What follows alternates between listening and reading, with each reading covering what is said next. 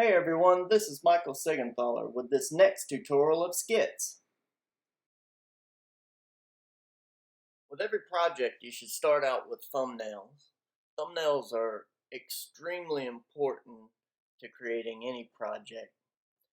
With just a 30-second thumbnail or a 1-minute thumbnail, you can get enough information out of that one thumbnail to create a 40, 60, 80-hour painting. Right here I'm doing 3 thumbnail sketches for this one. You can do anywhere from 1 to as many as you like. Normally I do about 3 to 6 thumbnails for my pieces. Anything over that, it just seems to become laborious and you lose the energy of the piece, in my opinion. You want to kind of get your initial energy down real quick. I think that's the most important thing to doing a thumbnail, is just quick and being excited about it. Being excited about it is really key, because then you're having fun and the piece will show. Any type of work you do in the piece will actually show that excitement that you have for it.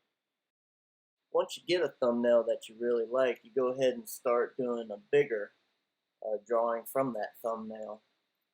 And what I did here is I combined 2 of the thumbnails to get my final piece that I'm thinking of doing. So once you get to that final piece, that final thumbnail, you just start detailing it in and trying to get everything that you want. I'm not actually going for too much detail here. I just want the basic information of everything.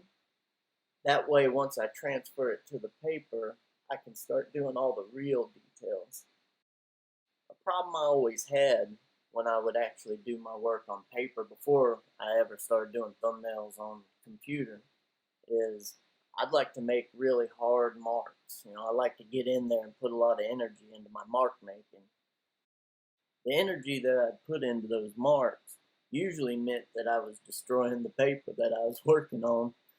I'd put gashes, I'd put cuts into the paper, I'd go back and erase, I'd have to erase hard, and then so really working on the computer has really helped me out a lot. It's allowed me to free up my process. I can get, I can make as hard a mark as I want on the computer, and the tablet don't mind. It shows up the same, and I don't have to worry about the final paper. By now you can tell that this is a sci-fi scene.